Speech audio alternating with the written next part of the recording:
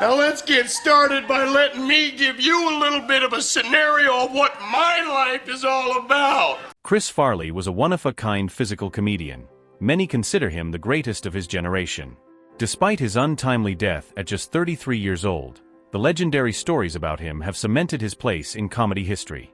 Raised as a sweet, devout Catholic boy in Wisconsin, Farley discovered his comedic calling at Second City in Chicago. From there, fame followed swiftly as he joined Saturday Night Live and starred in iconic films like Tommy Boy and Black Sheep. Along the way, Farley left behind a trove of stories, some laugh-out-loud funny, some heartbreaking. These are the wildest Chris Farley moments. Out the window. One late night at 30 Rockefeller Plaza, Jay Moore and fellow Saturday Night Live writer Dave Attell were battling exhaustion and a brutal case of writer's block after nearly 2 days without sleep. As they sat in their offices, struggling to come up with material, Chris Farley burst onto the scene.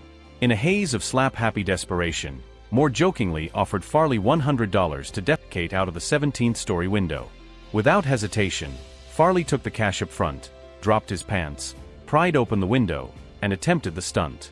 However, the evidence didn't quite make it out the window and instead landed inside. The chaos didn't stop there. Farley, in true Farley fashion, chased Moore and Attell down the hall, waving his excrement-covered hand and threatening to share the mess. It was an outrageous, gross, and hilariously on-brand moment that cemented Farley's reputation for taking comedy and dares to the extreme. Birth suit.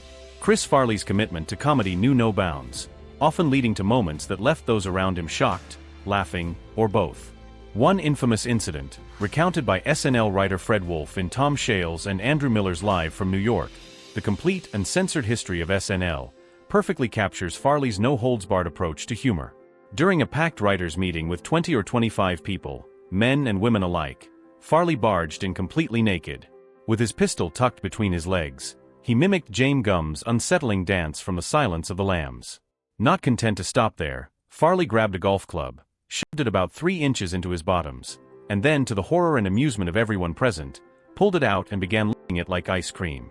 Big eater. It's no secret that Chris Farley was a big man, both in stature and personality. At the time of his passing, the medical examiner recorded his weight at 296 pounds. Farley's legendary appetite often became part of the stories shared by those closest to him. During a 2015 appearance on Conan, Adam Sandler, Farley's close friend and Saturday Night Live co-star, reminisced about dining out with him in the 1990s.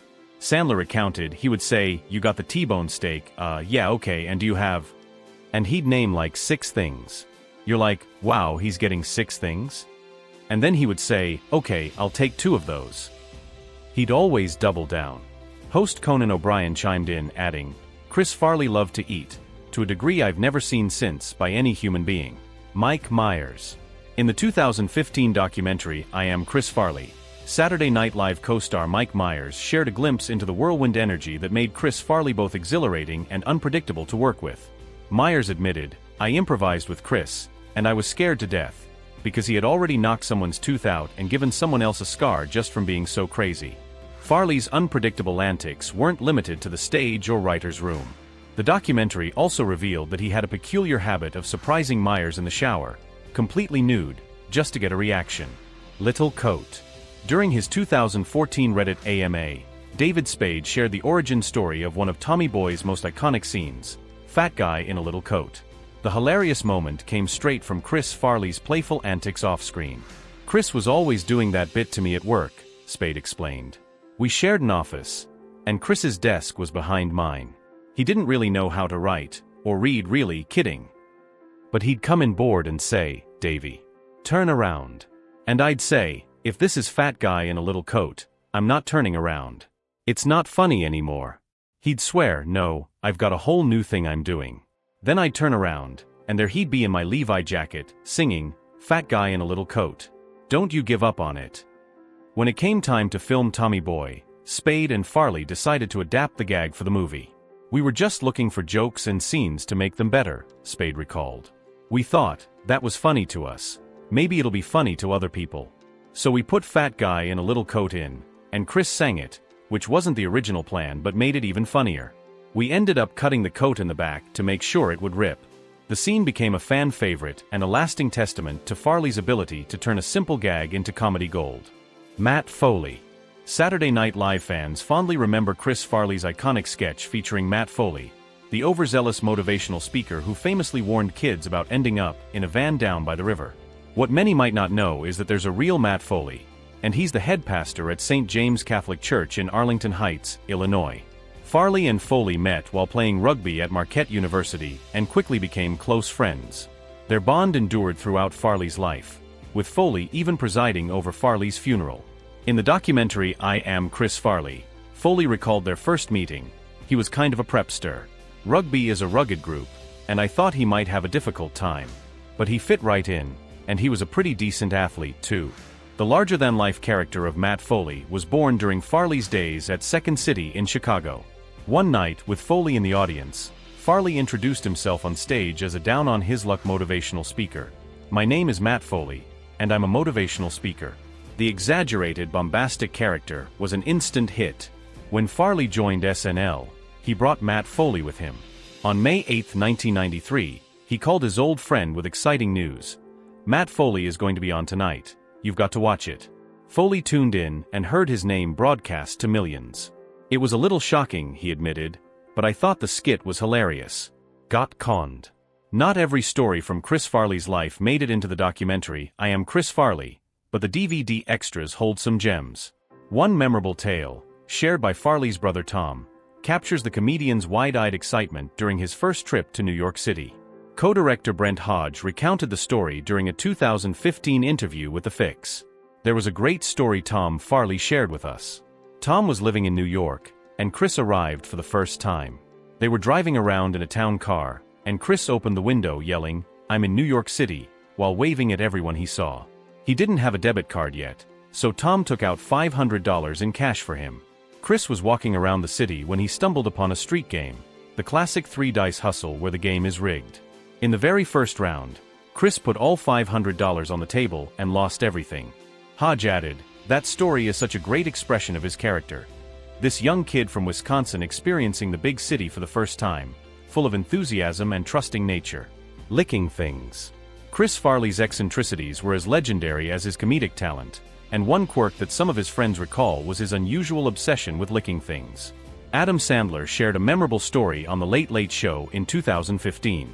"Chris Farley, everywhere we went, was licking everything," Sandler recalled.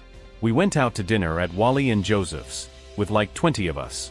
I'm walking and talking to him, and he says, 'Antsy, you just gotta give me a minute.'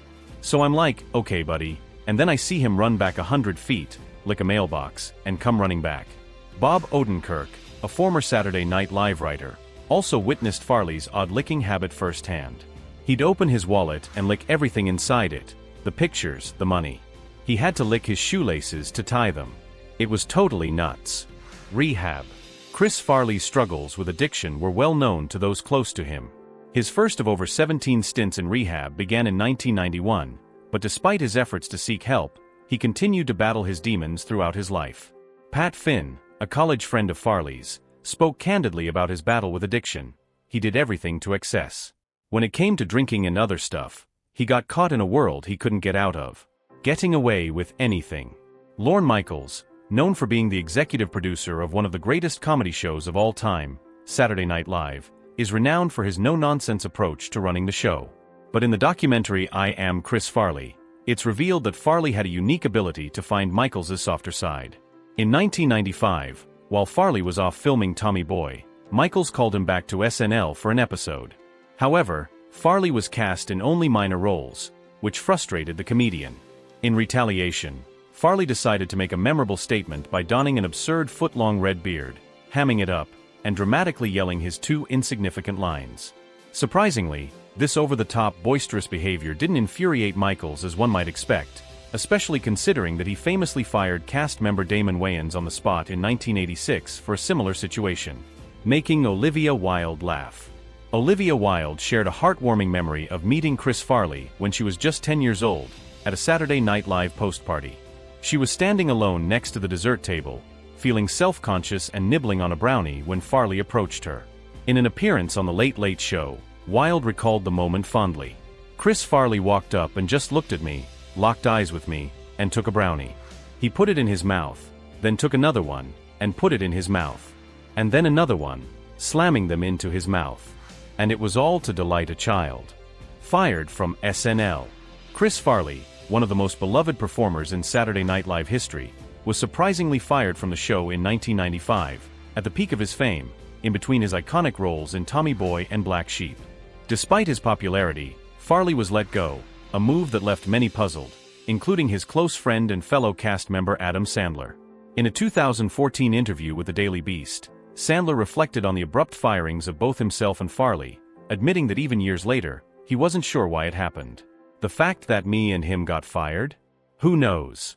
We were on it for a few years, had our run, and everything happens for a reason. We kind of understood because we did our thing. It hurt a lot at the time because we were young and didn't know where we were going, but it all worked out. Sandler and Farley had made their mark on the show, and while being let go stung, both found success in other projects.